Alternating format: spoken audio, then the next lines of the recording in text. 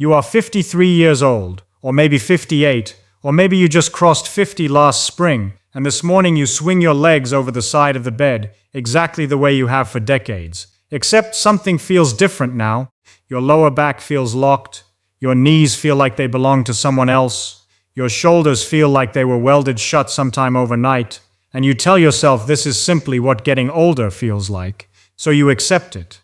You shuffle to the bathroom a little slower than you used to, and you never once stop to ask what is actually happening inside your joints and your muscles while you sleep.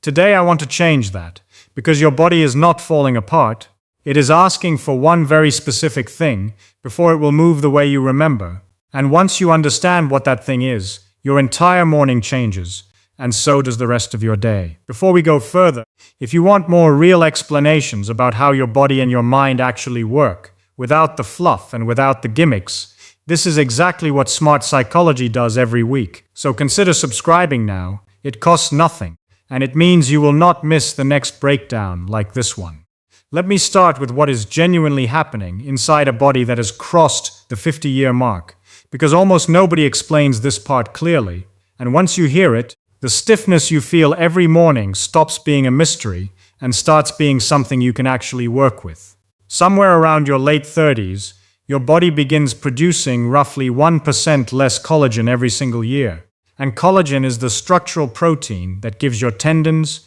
your ligaments, and your joint capsules their strength and their elasticity. So by the time you reach 50, you are carrying noticeably less of the very material that keeps your connective tissue supple. And this is not something you did wrong. It is simply the biological clock that every human body runs on. At the same time, the fluid inside your joints, called synovial fluid, becomes thicker and less abundant as you age. And synovial fluid is the substance that lubricates the surfaces where two bones meet, allowing them to glide instead of grind. So with less of it, and with a thicker consistency, your joints require more movement, not less, before they warm up and start functioning smoothly, which is exactly the opposite of what most people assume. Because most people assume that after 50, the safest thing to do is move less and rest more, when in fact the joints of a 50-plus body are more dependent on early movement than a younger joint ever was. Then there is fascia, the thin connective webbing that wraps around every muscle, every bundle of muscle fibers, and every organ in your body, holding everything in its place while still allowing it to slide against its neighboring structures.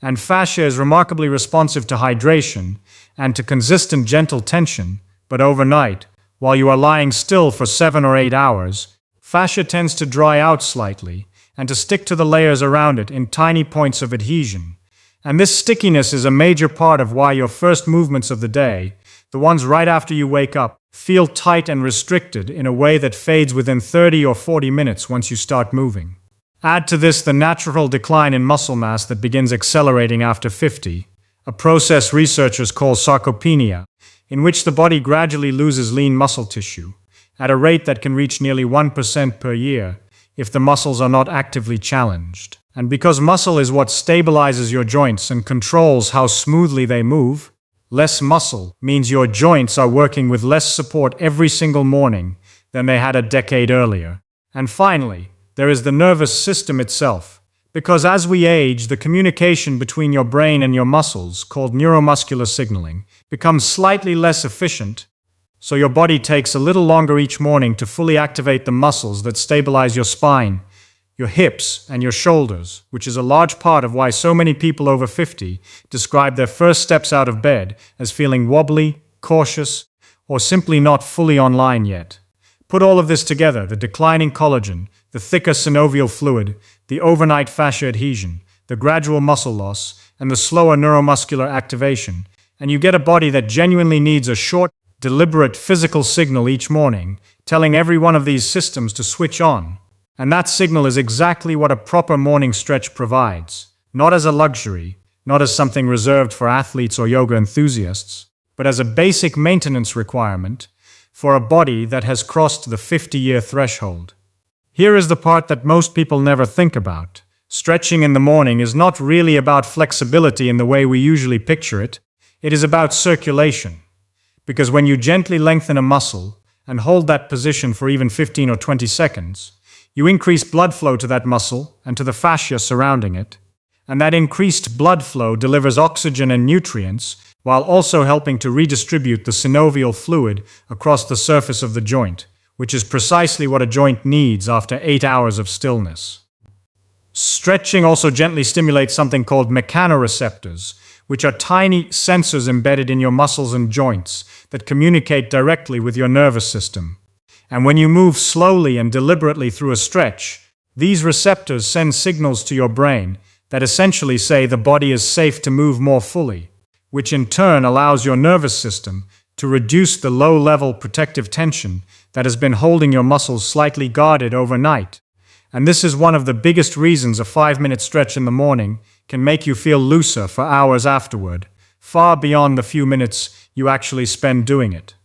There is also a hormonal piece worth understanding, because gentle movement in the morning helps regulate the release of cortisol in a healthy pattern, supporting alertness without overstimulating a nervous system that after 50 tends to be more sensitive to stress signals. And this is part of why people who stretch consistently in the morning frequently describe feeling calmer and more clear-headed for the rest of the day, not just physically looser. If any of this is helping you see your own mornings differently, that alone tells me this video is doing its job, and if you want, drop a comment letting me know which part of your body feels the tightest when you wake up, because I read every one of them, and it genuinely shapes what smart psychology covers next. Now let me walk you through the actual sequence, the one you can do in bed or standing beside it, in about 5 to 7 minutes, requiring no equipment, no floor space, and no previous experience with stretching of any kind. Begin while you are still lying on your back, before your feet have even touched the floor, by slowly drawing both knees up toward your chest at the same time, wrapping your arms gently around your shins, and holding that position for a slow count of 20 breaths in and out, because this single movement decompresses the lower spine after a night of lying flat, and it gently mobilizes the hip flexors, which tend to be some of the tightest muscles in a body that spends most of its day sitting. From there, let your knees fall gently to one side while keeping your shoulders flat against the mattress, creating a soft rotation through your spine. Hold for another slow count of 15, then switch sides, because this rotational movement rehydrates the discs between your vertebrae and encourages the small stabilizing muscles along your spine to wake up gradually rather than being forced into sudden activity the moment you stand. Once you sit up on the edge of the bed, bring your attention to your neck and slowly tilt your head toward one shoulder, feeling a gentle stretch along the opposite side of your neck. Hold for 10 breaths, then repeat on the other side, and follow this with slow, controlled shoulder rolls. First backward for 10 full rotations, then forward for 10 more, because the muscles across your shoulders and upper back carry an enormous amount of overnight tension, especially if you tend to sleep on your side, and this movement restores mobility to the joint capsule of the shoulder itself. Now stand up slowly, keep your feet about hip-width apart, and reach both arms overhead while gently arching your upper back, then round forward into what is often called a cat and cow movement, alternating between the two for about 8 full cycles, because this single flowing motion moves your entire spine through both extension and flexion, pumping fresh blood through the discs and gently mobilizing every segment from your neck down to your tailbone. From standing, place one hand on a wall or the back of a sturdy chair for balance, and gently pull one heel toward your glutes to stretch the front of your thigh. Hold for 15 breaths, then switch legs, because the muscles at the front of the hip and thigh shorten significantly with age, and loosening them first thing in the morning takes real pressure off your lower back for the rest of the day. Follow this with a gentle forward hip hinge, keeping a soft bend in your knees, letting your upper body fold slightly forward while your hands rest on your thighs, feeling a light stretch along the back of your legs, holding for another 15 breaths. Because tight hamstrings are one of the most common hidden causes of lower back stiffness in people over 50, and yet almost nobody stretches them in the morning. Finish the sequence with slow ankle circles, 10 in each direction on each foot, because your ankles absorb an enormous amount of impact throughout the day, and warming them properly reduces the risk of a step or a fall, which becomes an increasingly important consideration as we age. The entire sequence takes less time than brewing a cup of coffee, and yet it addresses every major system we talked about earlier: the collagen-dependent connective tissue, the synovial fluid inside your joints, the fascia wrapped around your muscles, the stabilizing strength that supports your joints, and the nervous system that governs how confidently your body moves. What makes this particular sequence effective is not any single stretch on its own. It is the order, because you are moving from the spine outward, waking the central nervous system first, then addressing the large stabilizing joints, and finally finishing with the smaller joints like the ankles, which mirrors the way your body actually wants to activate after a long period of stillness, rather than jumping straight into a single isolated stretch and expecting the rest of the body to catch up on its own. If you try this tomorrow morning, I want you to notice something specific. Notice how much easier your first few steps feel compared to a normal morning. Notice whether your lower back feels less locked by the time you reach the kitchen. And if it does, that is not a coincidence. That is simply your body responding to exactly the kind of input it has been asking for every single morning, often for years, without ever receiving it. Consistency matters more than intensity here. Doing this gentle 5-minute sequence every single morning will do far more for your long-term mobility than an occasional intense stretching session once a week, because your fascia and your joint tissue respond to regular, repeated, low-level signals far better than they respond to sporadic effort. And this is really the core principle behind almost everything we cover on smart psychology. Small, consistent inputs reshaping the body and the mind far more powerfully than people expect. There are also a few common mistakes I see people over 50 make with stretching, and clearing them up now will save you weeks of frustration. The first mistake is stretching cold, meaning jumping straight into a deep static hold before the muscle has any blood flow at all, which is far less effective and slightly increases the risk of a small strain, and this is exactly why the sequence above starts with gentle bed-based movement rather than a deep standing stretch, easing the tissue into readiness rather than shocking it. The second mistake is bouncing, sometimes called ballistic stretching, where a person pulses in and out of a stretch rather than holding it steady. And while this used to be common advice decades ago, current understanding of connective tissue shows that slow, sustained holds are far more effective at improving both flexibility and joint lubrication, especially in a body that is already producing less collagen than it used to. The third mistake, and honestly the most common one, is holding your breath through a stretch, which many people do without even realizing it, and holding your breath activates a mild stress response in the nervous system that actually increases muscular guarding, working directly against the goal of the stretch, which is exactly why every stretch in the sequence above is paired with slow, steady breathing, because the breath is not decoration here, it is doing real physiological work. The fourth mistake is keep skipping the routine that feel especially stiff, which feels intuitive, since moving a tight body seems like the last thing you want to do. But this is precisely backwards, because the mornings when you feel the tightest are the mornings your fascia and your joints need this input the most, and skipping it on those days simply compounds the stiffness into the following morning. Understanding these 4 mistakes changes the entire experience of stretching from something that feels uncertain or even slightly intimidating into something you can do with real confidence, because you know exactly why each part of the sequence works the way it does. Now let me talk about why this 5-minute habit matters for far more than just feeling looser by 9 in the morning, because the long-term picture here is genuinely significant.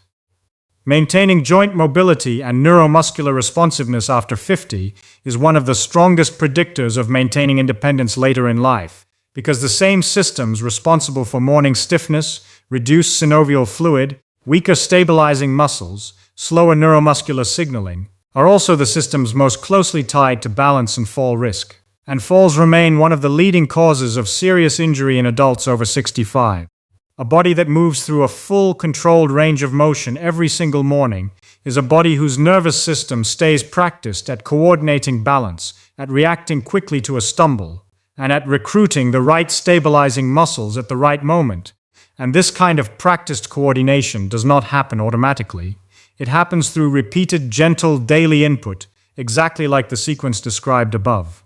There is also a cognitive dimension worth mentioning, because movement first thing in the morning increases blood flow, not only to your muscles and joints, but to your brain as well. And several lines of research into movement and cognition suggest that consistent morning mobility work is associated with better sustained attention and mental clarity throughout the day, which lines up with something almost everyone who adopts this habit reports anecdotally, a sense of simply feeling more awake and more present, not just physically but mentally, within the first 15 minutes of their day. One more thing worth mentioning: if you have any diagnosed joint condition, a recent injury, or persistent pain that goes beyond ordinary morning stiffness, it is worth checking with a physical therapist or your physician before starting any new movement routine,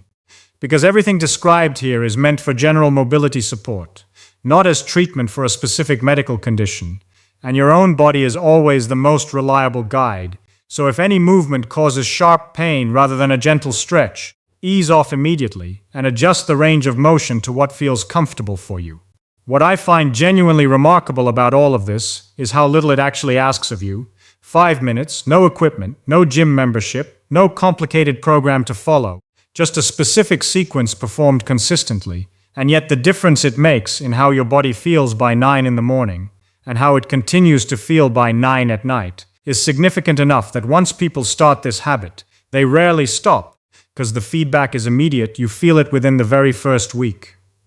I also want to address something directly, because most of the stretching advice circulating online was never actually written with a body over 50 in mind. It was written for athletes in their 20s and 30s recovering from intense training, which is a completely different physiological situation. Those bodies are dealing with acute muscle fatigue from heavy exertion, while a body over 50 is dealing with a slower cumulative decline in collagen production, synovial fluid, and neuromuscular efficiency, and treating both situations with the same generic advice is part of why so many people over 50 try stretching once, feel little benefit, and give up on the idea entirely. A 25-year-old athlete might benefit from deep, aggressive stretching after a workout, but a 55-year-old body benefits far more from gentle, sustained, low-intensity movement performed consistently every morning, regardless of whether yesterday included exercise or not, because the goal here is not athletic recovery. The goal is daily maintenance of tissue that is naturally becoming less elastic and less lubricated with each passing year. This is also why tracking your progress matters,